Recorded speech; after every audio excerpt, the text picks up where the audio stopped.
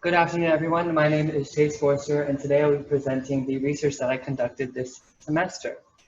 Just for a little bit of background, this is a St. John's wort plant, formerly known as the Hyperforin perforatum, and it has many medicinal properties. The key chemical compound found in it is hyperforin, and this has been proven to have many benefits in terms of treating people with depression and anxiety.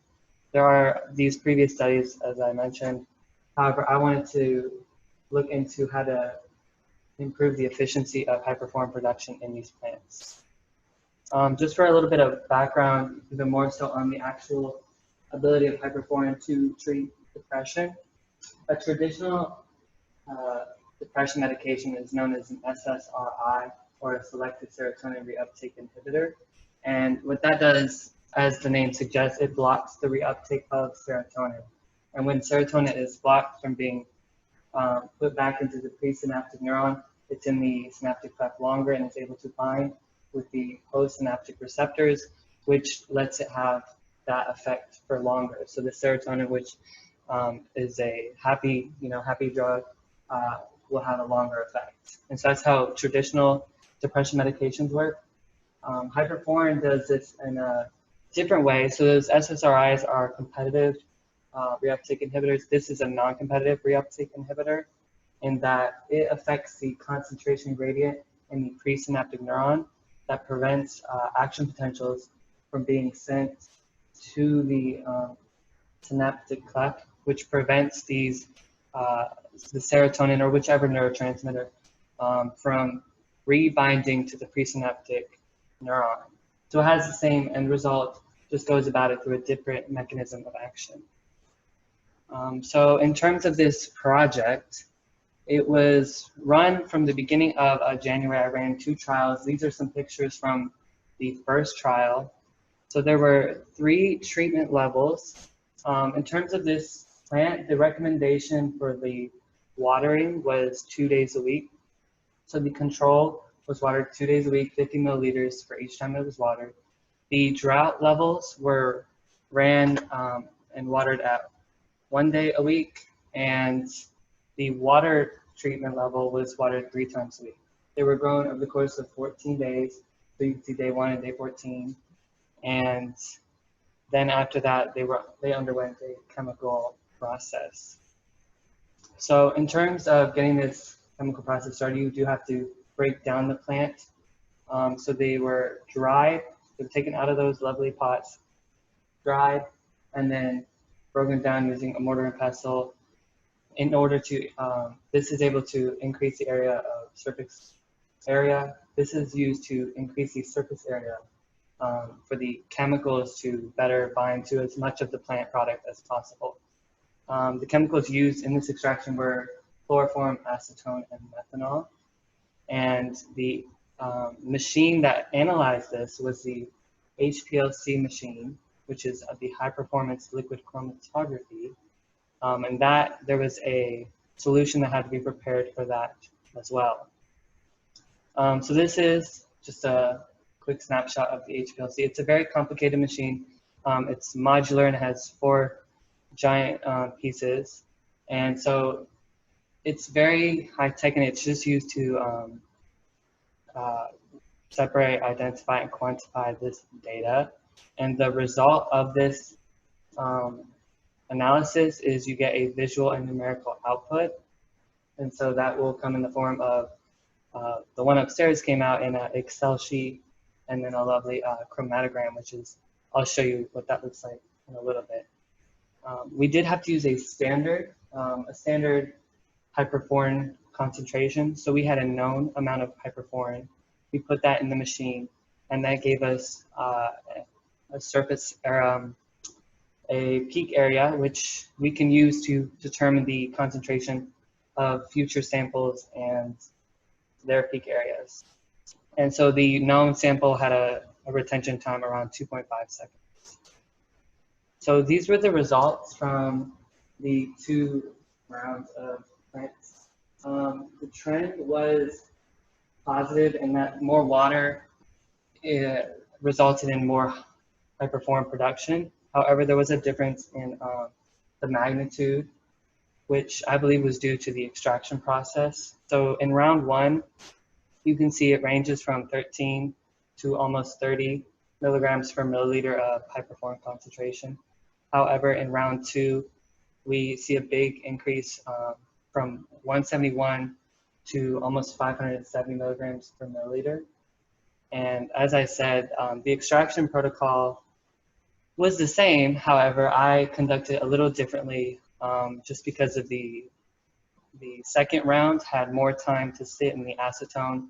So I think that's why it was able to extract more hyperforin from that.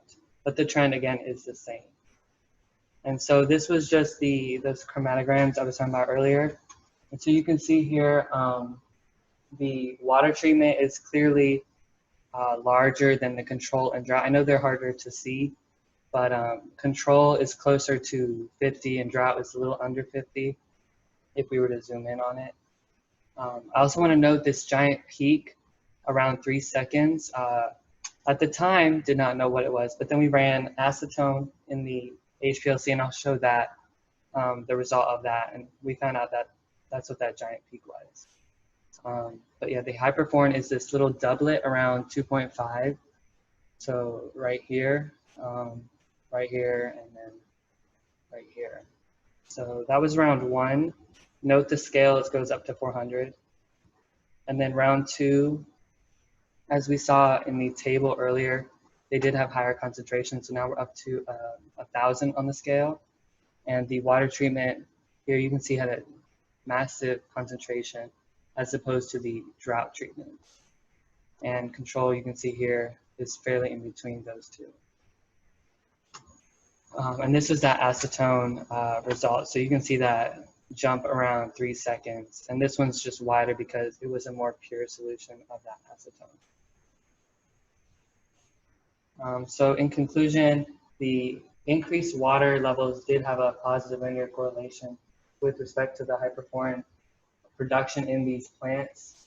And so my original thought when I'm conducting this experiment was that more optimal conditions would produce more hyperforin. This overwatering isn't usually the best for plants. However, this shows that increased water will just increase the hyperforin production. So yeah, for future research, I think it would be really important to try to improve this extraction protocol. Even conducting this experiment, I was able to greatly improve the amount of hyperforin, almost on accident, that these plants were able to produce. And so I think trying to get that down would really improve the efficiency of these plants. I would also like to create more standards. I was unable to create another standard for this experiment, so we only had one. And I think creating more standard would prove whether it had a linear relationship with respect to concentration and surface or area under the curve from those graphs that we talked about earlier. And so I would just like to be able to make more standards.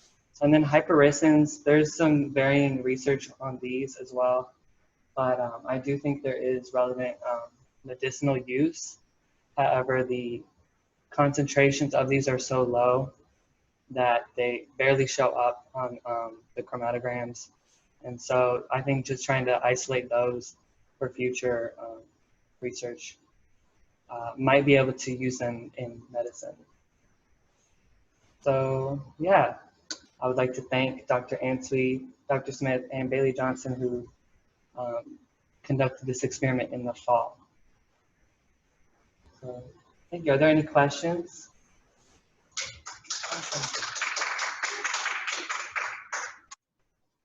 Yay. Are there any questions though?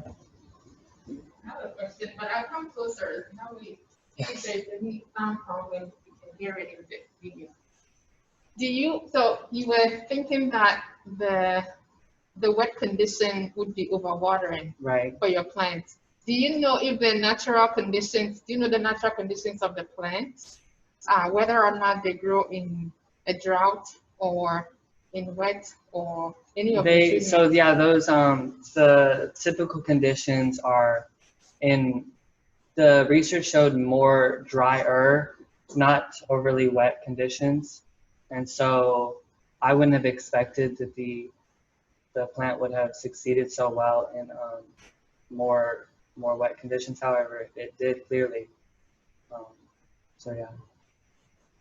Are there any other stressors you're thinking about studying about how? Yeah, actually, when I was, oh yeah, so the question was, are there any other stressors in terms of which would produce more hyperforin?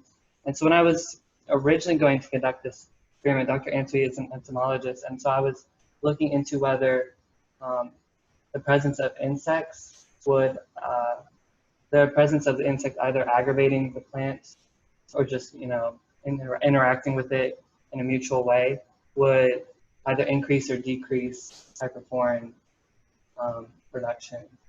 But the bugs aren't native to here, so they were very hard to get, so I was unable to do that. But that is something I was looking into. So, she's late. It's okay. Thank you. That's it. She is a clown. Thank you all for coming. This has been so much fun. If you have any questions, please email me. What? Well, no, you had another one. Okay. Thank you.